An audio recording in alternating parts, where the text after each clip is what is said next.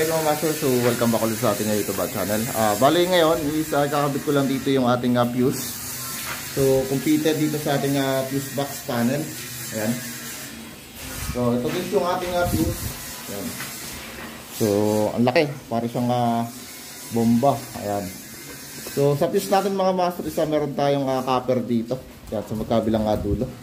Okay, so yung ating fuse is 100 amperes. Ayan. Non 100 amperes. Okay. So general purpose basics protection. Okay. So dito lang natin siya ikakabit. Yan.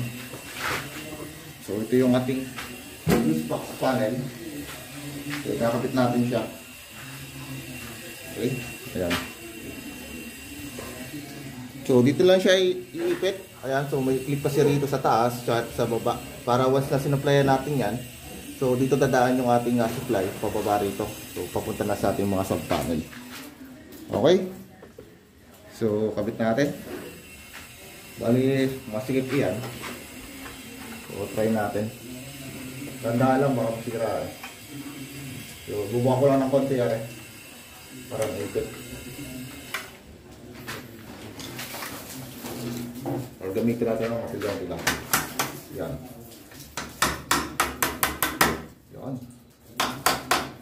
So sakto lang natin ito. So sagad lang natin sa baba. Yan.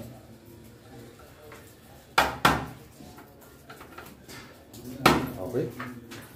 Ito natin yung isa naman. Okay.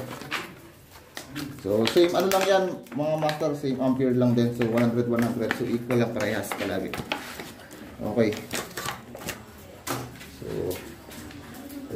Saktuan lang dito sa ilalim kasi bago sa pantay lang natin siya. Masikip pa yan. So masikip.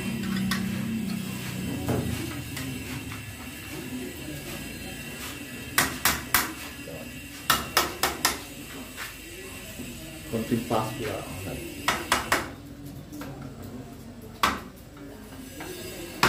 Okay.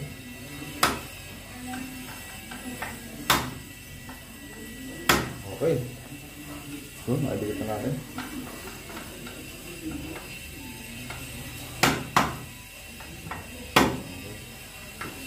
Okay. So, yun mga master, bali na i-fix na natin dito yung ating fuse. Ayan, so ito yung ilalim niya. So, sakto lang siya din Okay. Saka dito. Sa ibabaw. Pare. Saka dito. Okay. So, kuhain natin yung mga continuity. So, dapat may continuity yan. Sa taas, tsaka sa baba.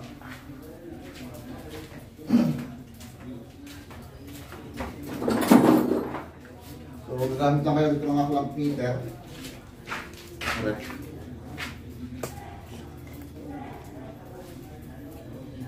So, range lang sa continuity. Ayan.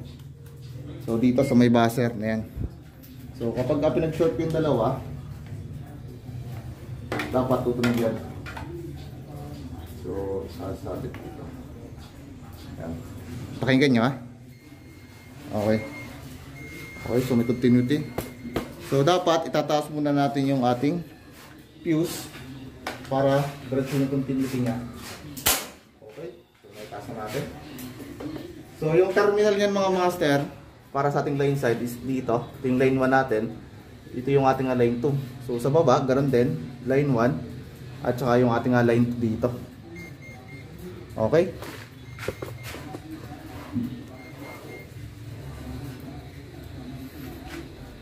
Ulupat na yata ito.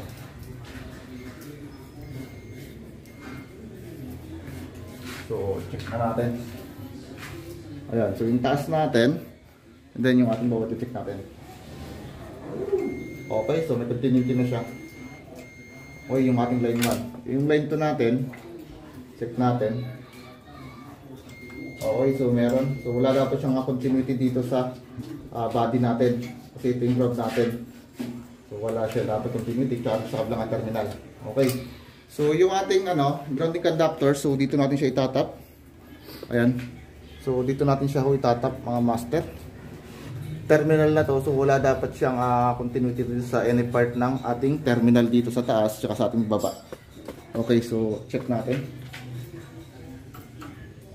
So wala sa taas, sa baba, tsaka sa baba. So kailangan siguraduhin natin. Okay, so wala. So terminal ng ating grounding conductor. So ayan, so tumutunog siya. Okay, so check natin line 1. Okay, line 2. Okay, so kapag sinuply na natin yan, isa continuous na yung ating current dyan. So baba natin. So dapat wala na siyang continuity kasi naka-off na yung ating fuse box dito. Okay, so wala na. Okay. Okay, so ganun lang mga master. Okay. So pinakita ko lang sa inyo kung paano magkabit ng ating 100 amperes na fuse box po. Okay.